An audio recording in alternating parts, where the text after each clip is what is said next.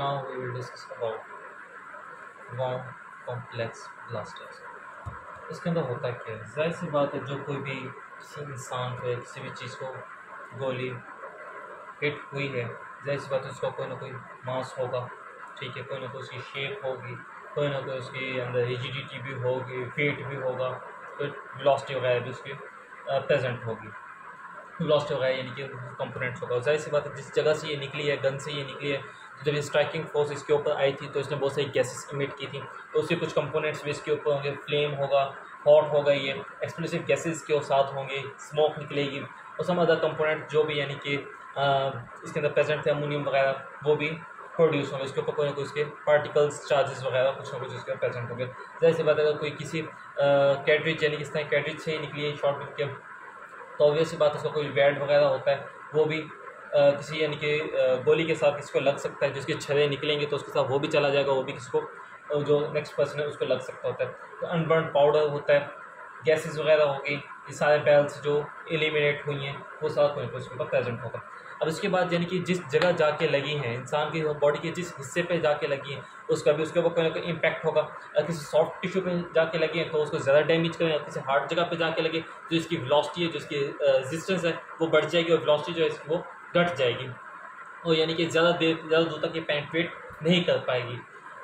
इसके बाद हमारे पास आते हैं दो कंपोनेंट्स आते हैं, मोस्ट इंपॉर्टेंट फैक्टर होते हैं किसी भी हमें फायर ब्लास्ट को स्टडी करने के लिए। बोल्ट कॉम्प्लेक्स क्या होते हैं हमारे पास? या तो हम उसकी प्रोजेक्टाइल यानी कि उसकी बुलेट को स्टडी करते हैं, किस चीज़ की बुलेट थी, राइफल की थी, पिस्टल की थी, किसी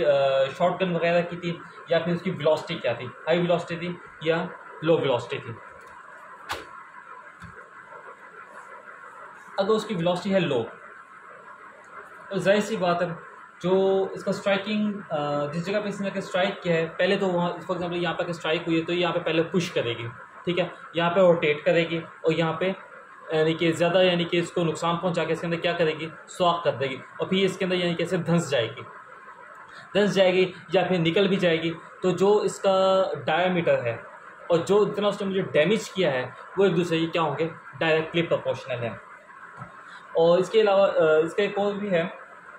जैसे ही यहाँ पे ये लगेगी तो ऑब्वियस सी बात है ये अपने आप को जो हीट है वो भी इसकी रेडिएट होगी, जितनी इसके साइज़ होगा उतना ही मुझे नुकसान पहुँचा सकती है। और जैसे ही यहाँ से इंटर हुई है और यहाँ से एग्जिट भी हो गया, तो इसका डायमीटर के हिसाब से होल हुआ है, और ये मुझे बता सकती है कि किस टाइप का वेपन था, या उसका ट्रैक क्या था, उसका पाथवे क्या था, उसको भी मैं स्टडी कर सकता हूँ। मगर अगर मैं बात करता हूँ हाई वेलोसिटी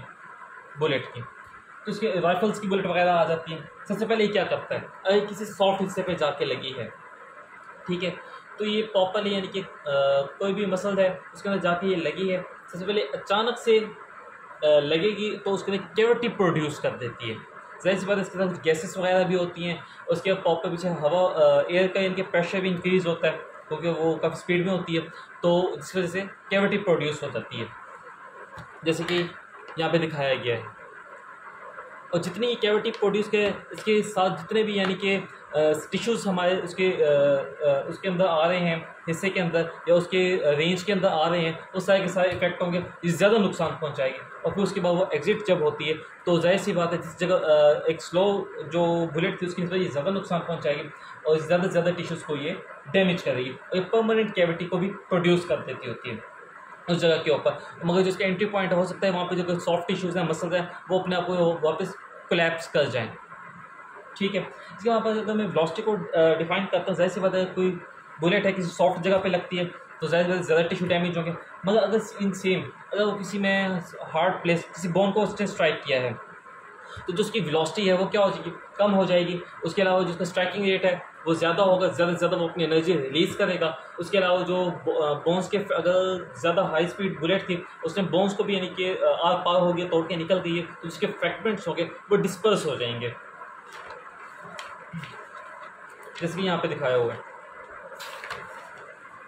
जैसे फॉर एग्जाम्पल ये सॉफ्ट था तो उसने प्रॉपरली यानी कि अपना एक पैसेज बनाया और वहाँ से वो आउट हो गई है। मगर अगर कोई बोन वगैरह थे तो जाहिर बात है उसने हिट किया, उसके जिसके फ्रैगमेंट्स है ये क्या हो गए, डिस्पर्स हो गए, इसके फ्रैगमेंट्स डिस्पर्स हो गए, बुलेट आउट हुई है।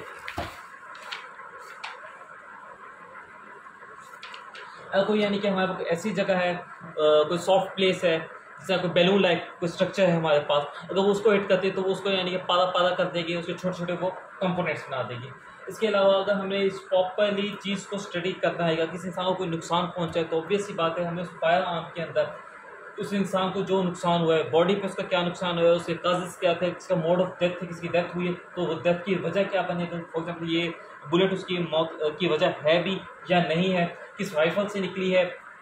या किस कैलिपर की वो बुलेट वगैरह थी, तो उसको हम प्रॉपरली स्टडी करके फिर हम उसकी प्रॉपर रिपोर्ट बना सकते हैं, उसके बारे में बता सकते हैं कि कितने नुकसानदेह है, उससे क्या क्या नुकसान हुए हैं।